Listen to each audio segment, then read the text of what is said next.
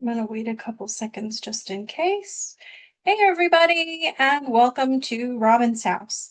Today I'm working on my Cards with Robin class, and one of the things we did is this fun panel where what I did was I took an embossing folder and I embossed it, and then I cut a section out of it. So this piece is missing this piece out of here.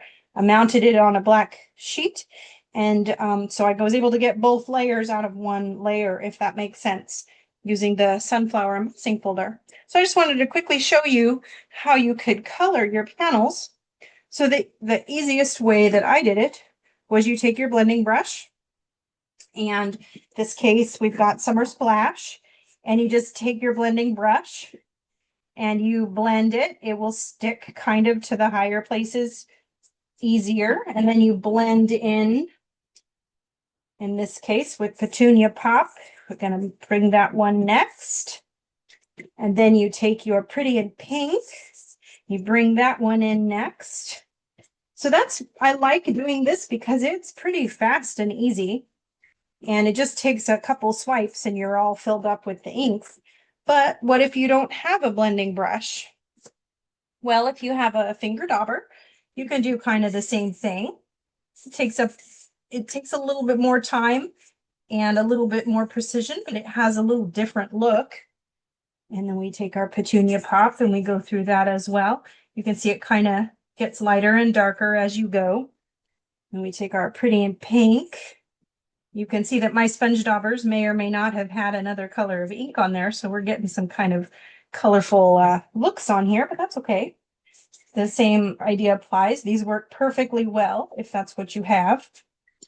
If you don't have that and you have sponges, you can do the same thing.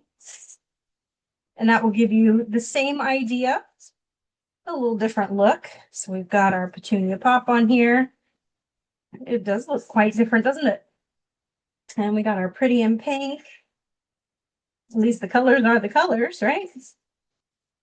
And then I don't really have another side for the peach pie, so I'll put that down on the bottom. And look at how nice that looks. All the different ways you can do it that have the same but different ideas. And then there's one fun way that you can do. I'll just do this because it's fast and easy. So I've got I'm just going to color. And then it's on the back side, the underside. So we did this one, it was on the upside. This is on the back side. And then you take a black ink spot, do an ink pad if you want, but it's a little harder to control. And drag it on there, and then it fills in all the black spaces. And it looks pretty cool, huh? So I did that on this one, and I was pretty pleased with how it looked, but it is a very different look, but it's lots of fun. And that reminds me that you could also, if you didn't have any of those means, you could drag your ink pad along this and get the same idea. It will be much darker, and you may not have all the colors that you have, but it's still a pretty cool technique.